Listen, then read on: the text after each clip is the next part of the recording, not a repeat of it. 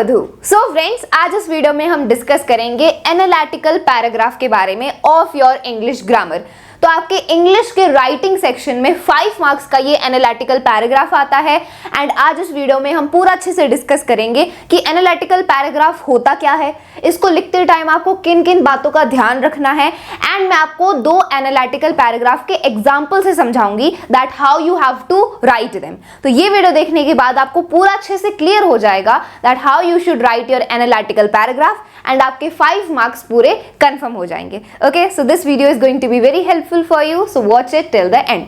सो friends, start करते हैं। सबसे पहले बात करते हैं कि एनालिटिकल पैराग्राफ होता क्या है। तो देखो, एनालिटिकल पैराग्राफ एक फॉर्म है डिस्क्रिप्टिव राइटिंग की, जिसमें आपको एक्सप्लेन करना होता है किसी इंफॉर्मेशन या फिर डेटा को। ठीक है, अब वो इंफॉर्मेशन या डेटा आपको चार्ट की फॉर्म में भी गिवन हो सकता है, या फिर ग्राफ की फॉर्म में भी गिवन हो सकता है, या फिर टेबल की फॉर्म में भी गिवन हो सकता है। तो जो डेटा या इंफॉर्मेशन आपको गिवन है किसी भी फॉर्म में, उसको आपको एनालाइज करके एक्सप्लेन करना होता है डिस्क्रिप्टिव फॉर्म में। इसी को बोला जाता है एनालिटिकल पैराग्राफ। ठीक है, ये क्लियर हो गया। अब बात करते हैं कि एनालिटिकल पैराग्राफ लिखते कैसे हैं, how to write an analytical paragraph. Let's discuss. So carefully analyse the provided information. जो भी आपको इंफॉर्मेशन गिवन है किसी भी टॉपिक के बारे में, सबसे पहले तो उसको एनालाइज करो कि ये किस बारे में गिवन है, इसमें कितना डेटा शो किया गया है एंड मैं इसको कैसे एक्सप्लेन करूंगा। So first of all analyse the information. सबसे पहले उसको एनालाइज करो, अच्छे से देख लो। Then try to comprehend the literal and surface meaning of the data given. अब आपको कोशिश करना है कि आपको कॉम्प्रीहेंड करना है जो आपको डेटा गिवन है, उसका literal and surface meaning find out करना है। लिटरल मीनिंग होता है कि जो वर्ड्स हैं, जो टेक्स्ट हैं, सिर्फ उनका मीनिंग। लिटरल मीनिंग अगर कहीं पर भी आ गया, किसी भी चीज का आपको लिटरल मीनिंग बताना है, तो लिटरल मीनिंग होता है सिर्फ वो जो वर्ड्स लिखे हैं उनका मीनिंग, वो होता है लिटरल मीनिंग।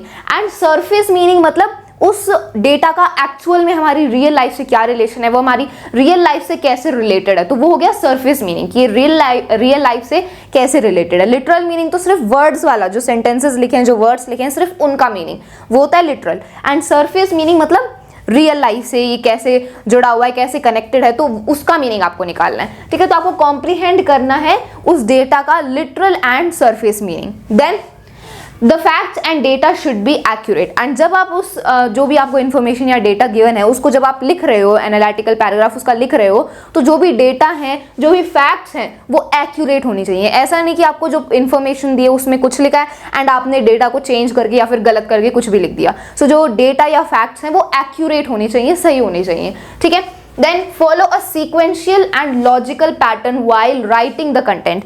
अब जब आप अपना पैराग्राफ लिख रहे हो तो वो एक सीक्वेंस में होना चाहिए। ठीक है, एकदम सीक्वेंस में होना चाहिए एंड लॉजिकल पैटर्न होना चाहिए। अब मान लो आपको डेटा गिवन है, मान लो फॉर एग्जांपल लिटरेसी रेट का आपको डेटा गिवन है ऑफ द ईयर 2011, 12 एंड 13, 14। तो आपको कुछ ईयर्स का लिटरेसी रेट गिवन है, तो इस डेटा को आप सीक्वेंस की फॉर्म में ही लिखोगे। ऐसे ही नहीं आप कभी 2013 का आपने पहले लिख दिया, फिर बाद में 2011 का लिख दिया, ऐसे नहीं। एक सीक्वेंस होना चाहिए एंड लॉजिकल पैटर्न में वो होनी चाहिए। ओके, तो ये पॉइंट है। देन अगला point is use simple and lucid language. Obviously आपको एक सिंपल क्लियर लैंग्वेज में अपना लिखना है, ज्यादा कॉम्प्लिकेटेड वर्ड्स को यूज नहीं करना है। ठीक है, so simple and easy clear language होनी चाहिए। देन to depict the comparisons, variations and withdraw the conclusion, implement functional language। देखो, comparisons करने के लिए, variation and conclusion withdraw करने के लिए आप functional language का भी use कर सकते हो। functional language वो होती है जो हम किसी function को perform करने के लिए use करते हैं, जैसे disagree, agree, explain, warn, inform, ये सारे जो वर्ड्स हैं ये फंक्शंस हैं। ठीक है, तो आप इनका यूज कर सकते हो कंपैरिजंस करने के लिए, वेरिएशन दिखाने के लिए, अगर वेरिएशन आई है डेटा में over a period of time. ठीक है, या फिर कंक्लूजन विड्रॉ करने के लिए, कंक्लूजन बनाने के लिए आप फंक्शनल लैंग्वेज का यूज कर सकते हो। ठीक है, then to do proofread to avoid any grammatical and structural errors. Proofread का मतलब होता है कि दोबारा जो आपने पैराग्राफ लिखा है उसको दोबारा रीड करो, दोबारा रिवाइज करो, ताकि कोई ग्रामेटिकल या स्ट्रक्चरल गलती ना हो। ठीक है, ये तो सीधी सी बात है, रिवाइज तो करना ही चाहिए। एक बार हमने लिख लिया तो उसको दोबारा रीड करना चाहिए so that there is not any mistake. Then present the factual information in the best possible manner. And कोशिश करो कि जो भी आपको फैक्चुअल इन्फॉर्मेशन गिवन है, बिकॉज एनालिटिकल पैराग्राफ में आपको फैक्ट्स एंड डेटा ही गिवन होता है, उसको बिल्कुल बेस्ट से बेस्ट पॉसिबल मैनर में आप उसको रिप्रेजेंट कर पाओ, एक्सप्लेन कर पाओ। So try that. Okay, and try to cover every little piece of information that is provided by the charts, diagrams or and graphs etcetera. And ये सबसे इंपॉर्टेंट है कि जितना भी आपको डेटा गिवन है ना, चाहे वो चार्ट्स की फॉर्म में हो, डायग्राम्स की फॉर्म में हो, ग्राफ्स की फॉर्म में हो, तो सारी इंफॉर्मेशन को, every little piece of information को कवर करो, ठीक है। ऐसा नहीं कि आपने कुछ डाटा तो एक्सप्लेन कर दिया एंड बाकी का जो डाटा था वो आपने मेंशन ही नहीं किया। जितनी भी आपको इंफॉर्मेशन गिवन है उस सब को आपको एक्सप्लेन करना है अपने एनालिटिकल पैराग्राफ में, ठीक है। सो आई होप आपको एक बेसिक आइडिया आ गया होगा कि एनालिटिकल पैराग्राफ कैसे लिखते हैं, लिखते टाइम आपको किन किन बातों का ध्यान रखना है, ठीक है। So this we have discussed. अब बात करते हैं की characteristics of an analytical paragraph, कि एक एनालिटिकल पैराग्राफ के क्या क्या फीचर्स होते हैं, क्या क्या कैरेक्टरिस्टिक्स होते हैं। Let's discuss about them,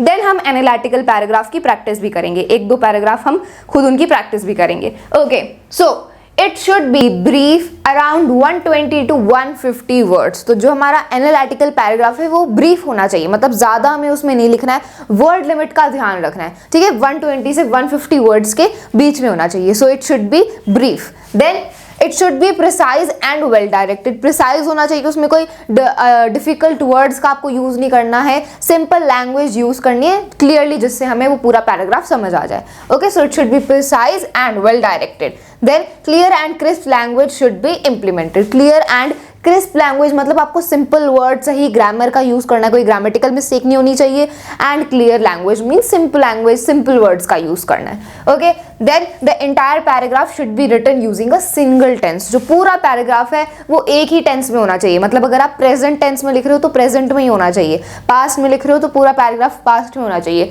future में लिख रहे हो तो फ्यूचर में होना चाहिए। तो एक सिंगल टेंस का ही यूज होगा पूरे एनालिटिकल पैराग्राफ में, ठीक है। टेंस का देख लिया। Then personal opinions should not be included in the paragraph. Very very important. ये जो आपका एनालिटिकल पैराग्राफ होता है ना, इसमें आप किसी इंफॉर्मेशन को, किसी डेटा को बस एक्सप्लेन कर रहे होते हो, उसमें आपको अपना पर्सनल ओपिनियन नहीं ऐड करना है। आप क्या सोचते हो, आपका क्या व्यू है, क्या ओपिनियन है, जो आपका पर्सनल ओपिनियन है वो हम एनालिटिकल पैराग्राफ में नहीं लिखते हैं। जो हमें इंफॉर्मेशन गिवन होती है, डेटा गिवन होता है, बस हम उसको एक्सप्लेन करते हैं, उसको एनालाइज करके एक्सप्लेन करते हैं, ठीक है। So personal opinions should not be included. Then it should clearly portray the stated facts. जो facts state किए गए हैं कि इतना लिटरेसी रेट है, इतनी पॉपुलेशन है, जो भी facts हैं उनको clearly आपको अपने एनालिटिकल पैराग्राफ में मेंशन करना है, उन्हें पोर्ट्रे करना है, ठीक है।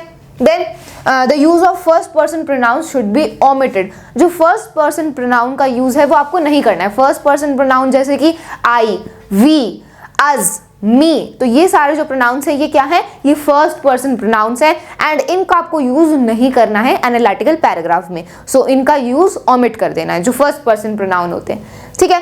तो ये आपके एनालिटिकल पैराग्राफ की कुछ की कैरेक्टरिस्टिक्स थी जिनके बारे में हमने डिस्कस कर लिया, ठीक है। तो अब हम एनालिटिकल पैराग्राफ की प्रैक्टिस करेंगे। तो दो एनालिटिकल पैराग्राफ हैं, उनको हम पहले एनालाइज करेंगे एंड देन उन्हें लिखेंगे।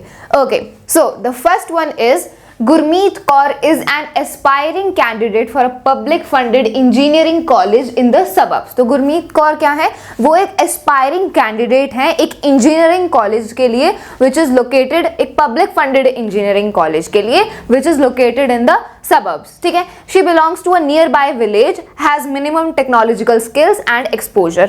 अब गुरमीत कौर एक विलेज से बिलोंग करती है, एक नियर बाय विलेज से वो बिलोंग करती हैं एंड उनके पास जो टेक्नोलॉजिकल स्किल्स हैं वो काफ़ी कम है, ठीक है। टेक्नोलॉजिकल स्किल्स एंड एक्सपोजर बहुत कम है। Okay, she has the required cut off percentage and is looking for a complete और पार्शियल स्कॉलरशिप। लेकिन गुरमीत कौर के पास जो रिक्वायर्ड कट ऑफ परसेंटेज है कॉलेज में एंटर करने के लिए, वो परसेंटेज है उनके पास एंड वो एक कंप्लीट या फिर पार्शियल स्कॉलरशिप चाहती हैं, ठीक है। Write a paragraph in about 100 to 120 words analysing her स्वॉट नोट। स्वॉट मतलब strength, weakness, opportunity, threat. So हमें क्या करना है, हमें एक पैराग्राफ लिखना है 100 से 120 वर्ड्स में, जिसमें हमें एनालाइज करना है इन स्वॉट नोट्स को, मतलब हमें strength, weakness and opportunities, threat, इन सभी को हमें एनालाइज करना है उस कॉलेज के। एंड हमें या तो to support your stand on whether she should join or not join the college. तो आपको यहाँ पर पैराग्राफ लिखना है, या तो आप फेवर में लिख सकते हो कि गुरमीत कौर कौर को जो ये कॉलेज है ये ज्वाइन करना चाहिए, या फिर आप इसके अगेंस्ट में भी लिख सकते हो कि गुरमीत कौर को ये इंजीनियरिंग कॉलेज ज्वाइन नहीं करना चाहिए। तो आप फेवर में भी लिख सकते हो, उसके अगेंस्ट में भी लिख सकते हो, यहाँ पर आपको चॉइस दी है। ठीक है, आप इन नोट्स का यूज करोगे अपने स्टैंड को सपोर्ट करने के लिए कि गुरमीत कौर को कॉलेज ज्वाइन करना चाहिए या फिर नहीं करना चाहिए। ठीक है, अब जैसे फॉर एग्जांपल अगर आप फेवर में लिख रहे हो, ठीक है, अगर आप फेवर में लिख रहे हो कि हाँ गुरमीत कौर को वो इंजीनियरिंग कॉलेज ज्वाइन करना चाहिए, तो आप इन नोट्स में से स्ट्रेंथ एंड अपॉर्चुनिटीज को ज्यादा हाईलाइट करोगे। गुरमीत कौर को वो इंजीनियरिंग कॉलेज ज्वाइन करना चाहिए, तो आप क्या हाईलाइट करोगे? स्ट्रेंथ बताओगे उस कॉलेज की, अपॉर्चुनिटीज बताओगे। एंड अगर आप अगेंस्ट में लिख रहे हो कि गुरमीत कौर को वो कॉलेज ज्वाइन नहीं करना चाहिए, तो आप हाईलाइट करोगे weaknesses and threat of that college. ठीक है, तो जिस जो आपका स्टैंड है फेवर में या अगेंस्ट में, तो उस हिसाब से आप स्ट्रेंथ या फिर वीकनेसेस को हाईलाइट करोगे। ओके, सो लेट्स सी कि पैराग्राफ कैसे लिखा हुआ है। ओके, सो देखो this is the paragraph for the argument, मतलब जो आर्ग्यूमेंट है ना उसके फेवर में हमने ये एनालिटिकल पैराग्राफ लिखा है। मतलब हमने यहाँ पर फेवर में बताया कि जो गुरमीत कौर है उसे वो इंजीनियरिंग कॉलेज ज्वाइन करना चाहिए, तो इसके फेवर में हमने ये पूरा एनालिटिकल पैराग्राफ लिखा है, तो इसको बोलेंगे फॉर द आर्ग्यूमेंट। तो अब हम फेवर में लिख रहे हैं तो हम क्या करेंगे? उस कॉलेज की स्ट्रेंथ्स एंड अपॉर्चुनिटीज को हाईलाइट करेंगे। ठीक है, स्ट्रेंथ्स एंड अपॉर्चुनिटीज को हाईलाइट करेंगे, साथ ही साथ जो वीकनेसेस एंड थ्रेट है उनको भी हमें जस्टिफाई करना होगा, उनको भी हमें जस्टिफाई करने के लिए आर्ग्यूमेंट्स देनी होंगी। ठीक है, तो हम फेवर में लिख रहे हैं, so we will highlight the strengths and opportunities and also we have to tackle the weaknesses and threats also. ठीक है, तो उस हिसाब से आप अपना एनालिटिकल पैराग्राफ लिखोगे। ठीक है, तो देखो स्ट्रेंथ्स में क्या है? Strong curriculum, quality faculty, vibrant activity clubs, green location, close proximity to residential areas. की जो कॉलेज है वो रेजिडेंशियल एरिया से काफी पास में लोकेटेड है, तो क्लोज है, ज्यादा डिस्टेंस नहीं है, ज्यादा ट्रैवल नहीं करना पड़ेगा। ठीक है, लोकेशन बहुत अच्छी है उसकी, एक्टिविटी क्लब्स हैं। ठीक है, जो फैकल्टी है वो भी बहुत अच्छी है, अच्छे टीचर्स हैं वहां पर। ठीक है, and strong curriculum. Okay, opportunities में क्या क्या है? प्रैक्टिस बेस्ड रिसर्च, ठीक है, रिसर्च कराई जाती है, प्रैक्टिस बेस्ड रिसर्च है, पार्टनरशिप विद प्रोफेशनल ऑर्गेनाइजेशंस के साथ पार्टनरशिप है, स्ट्रॉन्ग एलुमनाई होते हैं फॉर्मर स्टूडेंट ऑफ कॉलेज और अ यूनिवर्सिटी, मतलब किसी कॉलेज या यूनिवर्सिटी के जो पिछले स्टूडेंट्स होते हैं, फॉर्मर स्टूडेंट होते हैं, उनको एलुमनाई बोलते हैं। तो स्ट्रॉन्ग एलुमनाई मतलब जो फॉर्मर स्टूडेंट्स थे वो भी मतलब दे वर स्किल्ड, दे वर स्ट्रॉन्ग। तो यहाँ से प्रूव होता है कि ये जो कॉलेज है ये अच्छा है, यहाँ पर जो स्टडी का लेवल है वो, एजुकेशन का जो लेवल है वो अच्छा है। Okay, acclaimed student exchange programme with European countries, and student exchange programme भी है यूरोपियन कंट्रीज के साथ। ओके, तो ये सारी तो स्ट्रेंथ्स एंड अपॉर्चुनिटीज हो गई। वीकनेसेस एंड थ्रेट्स में क्या है? वीकनेस में है lack of diversity, students behavioural problems, जो स्टूडेंट्स हैं वो इतने अच्छे तरीके से बिहेव नहीं करते हैं, they are not in discipline. Okay, no hostel facility, कोई हॉस्टल नहीं है यहाँ पर, तो स्टूडेंट्स को अपने मतलब खुद ही अरेंज करना पड़ता है कहाँ पे वो रहेंगे, वेयर दे विल लिव, तो हॉस्टल फैसिलिटी नहीं है। And slow repair and maintenance work, जो मेंटेनेंस वर्क है वो काफ़ी स्लो है।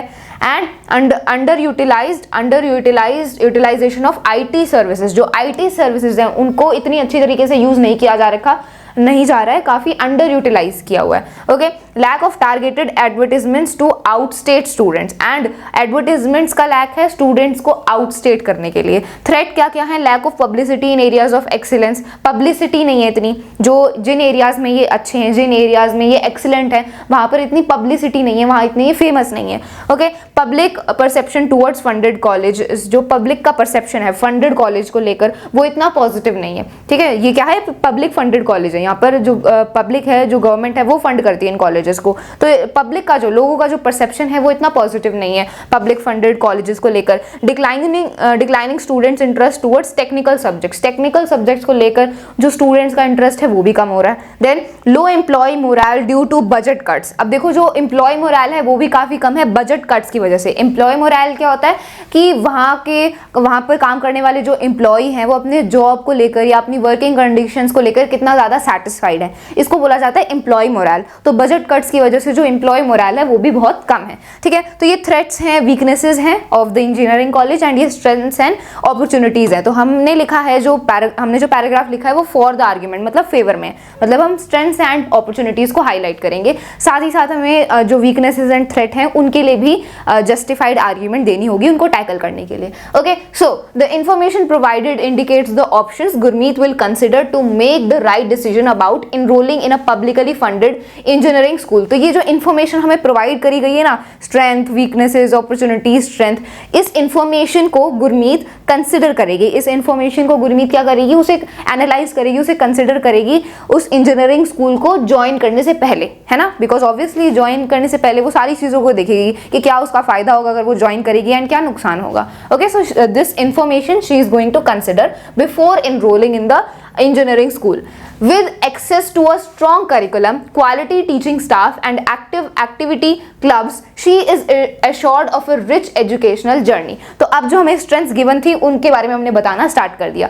तो स्ट्रेंथ्स में ये गिवन था कि जो उस इंजीनियरिंग कॉलेज का जो करिकुलम है वो काफ़ी स्ट्रॉन्ग है। तो यहाँ पर लिख दिया कि एक स्ट्रॉन्ग करिकुलम के साथ एंड क्वालिटी टीचिंग स्टाफ, ये भी बता रखा था कि जो फैकल्टी है वो काफ़ी क्वालिटी की है। तो क्वालिटी टीचिंग स्टाफ है एंड एक्टिविटी क्लब्स भी हैं। तो एक्टिव एक्टिविटी क्लब्स की वजह से उसकी जो एजुकेशनल जर्नी होगी वो काफ़ी अच्छी होगी, रिच होगी। ठीक है, तो जो हमें स्ट्रेंथ्स गिवन थे उनकी हेल्प से उनको जस्टिफाई करते हुए हम ये बता रहे हैं कि अगर वो इस कॉलेज में जाती है तो उसको ये फ़ायदा होगा एंड उसकी जो एजुकेशनल जर्नी होगी वो काफ़ी अच्छी होगी, रिच होगी। ठीक है, then there are no hostels available but she has taken advantage of accommodation in the suburbs or in the village. अब देखो ये हमें जो वीकनेसेस हैं उसमें ये बता रखा था कि उस कॉलेज में हॉस्टल्स की फैसिलिटी नहीं है। तो अब इसको टैकल करने के लिए हमने क्या आर्ग्यूमेंट दी कि हॉस्टल्स नहीं है लेकिन फिर भी वो अपने सबर्ब्स में या फिर विलेज में रह सकती है, बिकॉज हम जानते हैं कि वो एक नियर बाय विलेज से ही बिलोंग करती है।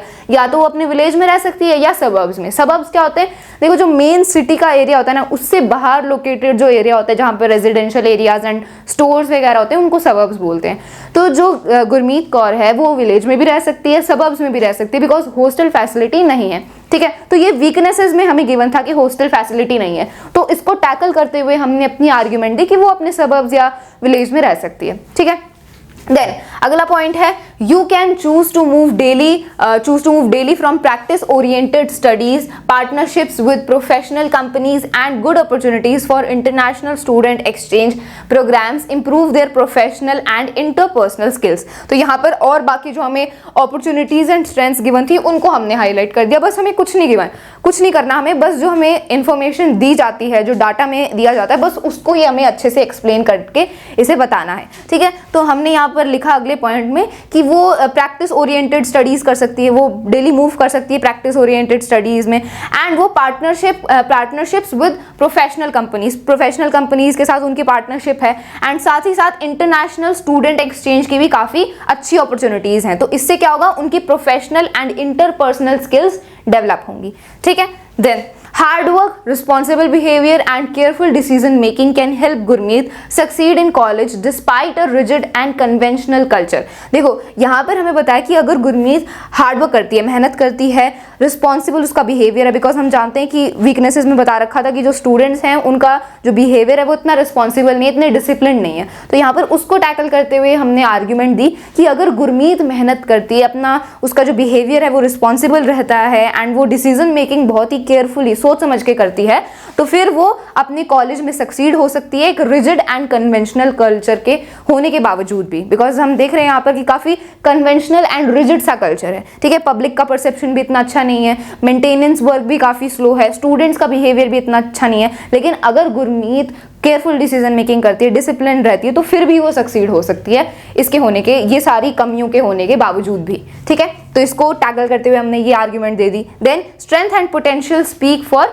Gurmeet. Okay, then the university and government should seize this opportunity to correct misperceptions of public universities and students attitude towards engineering courses. अब देखो यहाँ पर हम जानते हैं, हमें वहाँ थ्रेड्स में या वीकनेसेस में गिवन था कि जो पब्लिक का परसेप्शन है वो भी अच्छा नहीं है पब्लिक फंडेड कॉलेजेस को लेकर। तो यहाँ पर यूनिवर्सिटी एंड गवर्नमेंट को इस अपॉर्चुनिटी को सीज करना चाहिए, मतलब इस अपॉर्चुनिटी का यूज करना चाहिए इस पब्लिक के मिसपरसेप्शन को करेक्ट करने के लिए, मतलब पब्लिक के मिसपरसेप्शन को सही करना चाहिए। कैसे? देखो जब अच्छे अच्छे स्टूडेंट्स आएंगे कॉलेज में से, वो स्किल्ड होंगे, तो इससे पब्लिक का परसेप्शन ठीक होगा, ठीक है। वो ऑब्वियसली पब्लिक का जो परसेप्शन है वो पॉजिटिव हो जाएगा कॉलेज की तरफ, पब्लिक फंडेड कॉलेजेस को लेकर, अगर जो स्टूडेंट्स होंगे वो स्किल्ड होंगे, मेहनती होंगे, ठीक है। तो यहाँ पर यूनिवर्सिटी एंड गवर्नमेंट को इस अपॉर्चुनिटी का यूज करना चाहिए पब्लिक मिसपरसेप्शन को करेक्ट करने के लिए, ठीक है। किनको लेकर? Public universities and public funded universities को लेकर।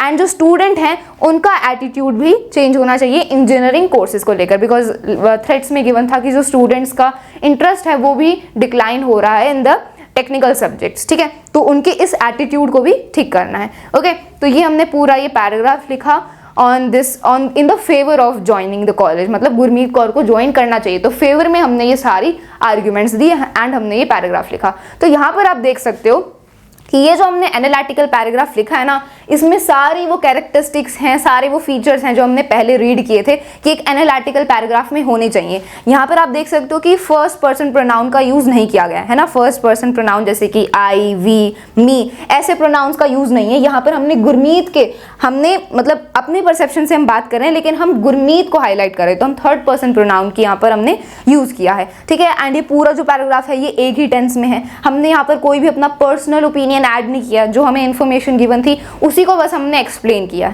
ठीक है। हमने जो भी पॉइंट्स मेंशन थे सभी को हमने यहाँ पर मेंशन किया, किसी पॉइंट को हमने मिस नहीं किया, ठीक है। सो ऐसे एनालिटिकल पैराग्राफ लिखा जाता है। हमने क्लियर लैंग्वेज का यूज किया और कोई डिफिकल्ट वर्ड का यूज नहीं किया एंड क्लियरली सारे फैक्ट्स को स्टेट किया है। तो ऐसा आपका एनालिटिकल पैराग्राफ होना चाहिए। ये बस आपको ये दिखाने के लिए था कि ऐसा होना चाहिए, okay. You have to write it by yourself on other topics also, ठीक है। तो ये हमारा पहला पैराग्राफ हो गया। Now let's move on to the second analytical paragraph. Okay, so the second paragraph is read the following excerpt from an online post of a website on educational practices। तो ये आपको एक्सट्रैक्ट गिवन है, छोटा सा part given है किसी book में से, एंड इसको हम रीड करेंगे एंड देन इस पर एनालिटिकल पैराग्राफ लिखेंगे। So kids who appreciate how much effort, time and care goes into food will understand how important farmers are and why it's important to take care of our earth। तो यहाँ पर बताया कि वो kids, मतलब वो बच्चे जिनको पता होता है कि फूड को ग्रो करने के लिए कितना टाइम लगता है, कितना उसमें एफर्ट डालना पड़ता है, कितनी केयर करनी पड़ती है, तब जाके फूड ग्रो होता है, वही किड्स ये अंडरस्टैंड करेंगे कि जो फार्मर्स हैं वो कितने ज़्यादा इंपॉर्टेंट हैं एंड अर्थ को सेव करना, अर्थ की केयर करना भी कितना इंपॉर्टेंट है, ठीक है। Then in the world of today, gardening needs to be given more importance than sports, music and dance in all schools because it creates environmental stewards and outdoor learning laboratories that help the child and community for years to come। अब यहाँ पर बताया कि आज की generation में, आज की वर्ल्ड में जो गार्डनिंग है उसको ज़्यादा इंपॉर्टेंस देनी चाहिए और दूसरी एक्टिविटीज़ से, जैसा कि स्पोर्ट्स है, म्यूजिक है, डांस है, तो इन एक्टिविटीज़ से ज़्यादा इंपॉर्टेंस देनी चाहिए गार्डनिंग को इन द स्कूल्स, ठीक है। तो इससे क्या होगा, इससे इन्वायरमेंटल स्टीवर्ड्स क्रिएट होगा। इन्वायरमेंटल स्टीवर्ड्स का मतलब होता है रेगुलेशन, मैनेजमेंट, ठीक है। तो इन्वायरमेंटल स्टीवर्ड्स क्रिएट होगा एंड साथ ही साथ लेबोरेटरीज, आउटडोर लर्निंग लेबोरेटरीज बनेंगी एंड इससे जो चाइल्ड है एंड जो कम्युनिटी है उसको ही आगे आने वाले टाइम में हेल्प होगी, ओके।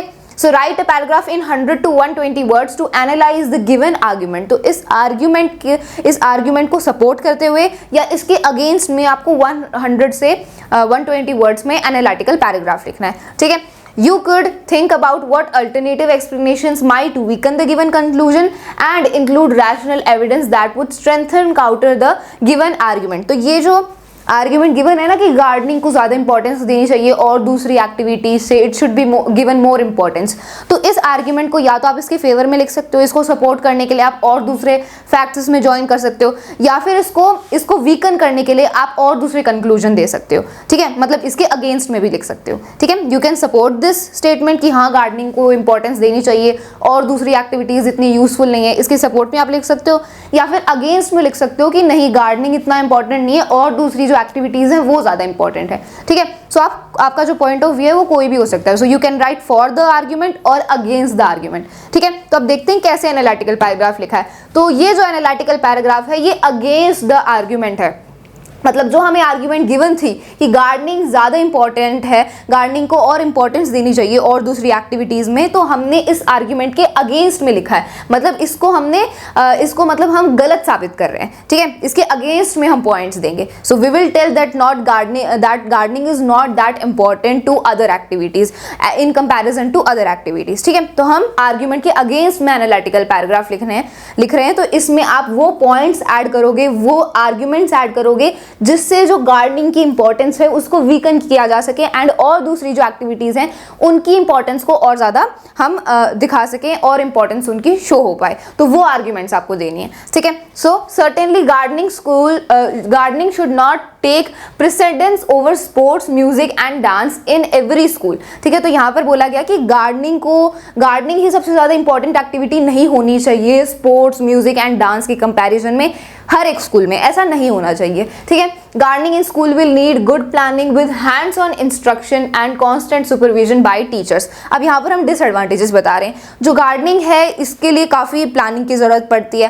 एंड जो टीचर्स हैं उनकी कॉन्स्टेंट सुपरविजन होनी चाहिए, ठीक है, हैंड्स ऑन इंस्ट्रक्शंस होनी चाहिए, ठीक है। तो ये सारी चीज़ों की रिक्वायरमेंट होती है गार्डनिंग करने के लिए। So it is much more difficult, इसलिए गार्डनिंग इतनी इंपॉर्टेंट एक्टिविटी नहीं होनी चाहिए as comparison to other activities like sports, dance and music, ठीक है। Then students tend to lose interest because plants grow slowly and naturally. अब जो students हैं वो भी काफ़ी एक्साइटेड होते हैं, उनको फास्ट रिजल्ट चाहिए होता है एंड गार्डनिंग करना ये बहुत ही एक स्लो एंड नेचुरल सा प्रोसेस है, ठीक है। तो इसलिए स्टूडेंट्स भी बहुत जल्दी इंटरेस्ट अपना लूज कर देंगे गार्डनिंग में, बिकॉज जो इसके रिजल्ट्स होते हैं, जो प्लांट्स ग्रो करते हैं वो बहुत ही स्लोली ग्रो करते हैं एंड नेचुरली ग्रो करते हैं। तो ये एक डिसएडवांटेज के थ्रू हम यहाँ पर आर्ग्यूमेंट्स दे रहे हैं इसकी, okay. Continuous hard work, investment, small targets और targets can be lost while in danger. The destruction of the work done by them on plants can be destroyed by rain, the encroachment of grazing animals or the infestation of pests. तो ये हमने gardening के और ज़्यादा यहाँ पर उसके against में आर्ग्यूमेंट्स दिए हैं कि देखो कंटिन्यूस हार्डवर्क करना पड़ता है, बहुत सारे इन्वेस्टमेंट करना पड़ता है, साथ ही साथ जो टारगेट्स हैं वो भी लॉस्ट हो जाते हैं डेंजर में, बिकॉज जो इन्वायरमेंट है वो हर टाइम पर सेम नहीं रहता है, ठीक है। जो उन्होंने काम किया है प्लांट्स के ऊपर वो भी डिस्ट्रॉय हो सकता है रेन के द्वारा, या फिर और कोई बैड वेदर है तो वो भी, उससे क्या होगा, जो गार्डनिंग में जो प्लांट्स उगाए हैं उन सब पर बुरा इम्पैक्ट पड़ेगा एंड वो डिस्ट्रॉय हो सकते हैं, ठीक है। Then encroachment of grazing animals, जब हम प्लांट्स ग्रो करते हैं, ग्रास ग्रो करते हैं, तो फिर एनिमल्स आ जाते हैं जैसे कि काऊ वगैरह एंड वो ग्रेज करने लगते हैं इस पर, तो वो क्या होगा, जो सारे प्लांट्स हैं वो डिस्ट्रॉय हो जाएंगे, उन पर वो डिस्ट्रॉय हो जाएंगे। सो इंक्रोचमेंट ऑफ ग्रेजिंग एनिमल्स ये एक डिसएडवांटेज है। देन और द इन्फेस्टेशन ऑफ पेस्ट, क्या होता है, जो प्लांट्स होते हैं उन पर इंसेक्ट्स आ जाते हैं, पेस्ट आ जाते हैं जो कि क्रॉप को, प्लांट को डिस्ट्रॉय करते हैं, तो ये भी एक डिसएडवांटेज है, ठीक है। Then it should be noted that sports, music and dance are constructive activities that give faster result. तो हमने गार्डनिंग के तो डिसएडवांटेजेस बता दिए। अब जो दूसरी एक्टिविटीज़ हैं, ठीक है, जिनको इंपॉर्टेंस दी जाती है जैसे कि स्पोर्ट्स, म्यूजिक, डांस, इनको सपोर्ट करते हुए आपको आर्ग्यूमेंट्स देनी है। तो यहाँ पर बताया कि ये जो एक्टिविटीज़ है ना, स्पोर्ट्स, म्यूजिक, डांस, ये कंस्ट्रक्टिव एक्टिविटीज़ हैं एंड इनके जो रिजल्ट्स मिलते हैं वो फास्टर मिलते हैं एज कंपेरिजन टू गार्डनिंग, ठीक है। Then these activities are fun and convey team spirit, cooperation and trust. ये जो एक्टिविटीज़ हैं ये काफ़ी फन होती है, मतलब इनको करने में मज़ा आता है, इनके रिजल्ट्स फास्ट मिलते हैं एंड इन एक्टिविटीज़ से टीम स्पिरिट आती है स्टूडेंट्स के बीच में, कोऑपरेशन आता है एंड एक दूसरे में ट्रस्ट डेवलप होता है, ठीक है, एक दूसरे पर ट्रस्ट डेवलप होता है, विश्वास होता है। तो ये सारे जो इंपॉर्टेंट एथिक्स हैं, इंपॉर्टेंट क्वालिटीज़ हैं, ये स्टूडेंट्स में आती हैं थ्रू दीज एक्टिविटीज़, ठीक है। Unlike gardening, setbacks in these activities can be addressed with some sense of personal control. अब देखो गार्डनिंग पर अगर मान लो बैड वेदर है तो उस वजह से जो भी आपने गार्डनिंग में जो भी प्लांट्स उगाए, ग्रास उगाए, तो वो तो सारी खराब हो जाएंगी, उसको आप कंट्रोल नहीं कर सकते। लेकिन अगर इन एक्टिविटीज़ में कोई भी सेटबैक है तो उसको एड्रेस किया जा सकता है, उसको सुलझाया जा सकता है पर्सनल कंट्रोल के साथ, ठीक है। पर्सनली आप कंट्रोल कर सकते हो, but you can not control the setbacks of the gardening, ठीक है। Then these activities help students express and de-stress successfully. So maintaining their due importance in the school's co-curriculum is imperative. तो यहाँ पर बताया कि ये जो एक्टिविटीज़ हैं ये स्टूडेंट्स इनके थ्रू एक्सप्रेस कर पाते हैं अपने आप को एंड वो ईजिली डी स्ट्रेस हो जाते हैं, ठीक है। अब स्टडीज़ कर रहे हैं स्टूडेंट्स कंटिन्यूसली, तो डी स्ट्रेस होने के लिए, अपने आप को रिफ्रेश करने के लिए इन एक्टिविटीज़ से वो सक्सेसफुली डी स्ट्रेस हो जाते हैं एंड ये एक्टिविटीज़ से जो स्टूडेंट्स हैं वो अपने आप को एक्सप्रेस भी कर पाते हैं। इसीलिए ये जो जो एक्टिविटीज़ हैं इनकी इंपॉर्टेंस को मेंटेन करना स्कूल्स में इम्पेरेटिव है, स्कूल्स के को करिकुलम में इम्पेरेटिव है, मतलब सही है, ठीक है। तो यहाँ पर हमने जो हमें आर्ग्यूमेंट गिवन थी कि गार्डनिंग इंपॉर्टेंट एक्टिविटी है, उसके अगेंस्ट में यहाँ पर हमने ये एनालिटिकल पैराग्राफ लिखा है। आप इसके फेवर में भी लिख सकते थे, लेकिन जो भी पॉइंट आप सपोर्ट कर रहे हो तो उसके लिए आपको आर्ग्यूमेंट्स देनी होगी। जैसे हम यहाँ पर अगेंस्ट में लिख रहे थे तो हमने गार्डनिंग के डिसएडवांटेजेस बताए स्कूल में, एंड देन हमने दूसरी एक्टिविटीज़ की इंपॉर्टेंस को हाईलाइट किया, ठीक है। So whatever statement you are supporting, इधर you are writing for this argument और अगेंस्ट द आर्ग्यूमेंट, तो आपको उस हिसाब से अपनी आर्ग्यूमेंट्स एंड पॉइंट्स देने होंगे, ओके। तो ये आपका सेकंड एनालिटिकल पैराग्राफ था। I hope it is clear to you. So हमने एनालिटिकल पैराग्राफ का पूरा ये टॉपिक अच्छे से डिस्कस कर लिया। ये दोनों जो एनालिटिकल पैराग्राफ थे ये आपके सैम्पल पेपर्स में से थे, ठीक है। So these are very very important. आपको ऐसे ही और एनालिटिकल पैराग्राफ्स को प्रैक्टिस करना है। जितना ज़्यादा आप प्रैक्टिस करोगे उतने ही अच्छे तरीके से आप लिख पाओगे, बिकॉज ये ऐसे टॉपिक्स हैं ये आपको ओवरनाइट नहीं आएंगे। जितना ज़्यादा आप प्रैक्टिस करोगे you will become more efficient in that, okay. So I hope ये टॉपिक आपको अच्छे से क्लियर हो गया है। That's all for this video. Thank you so much.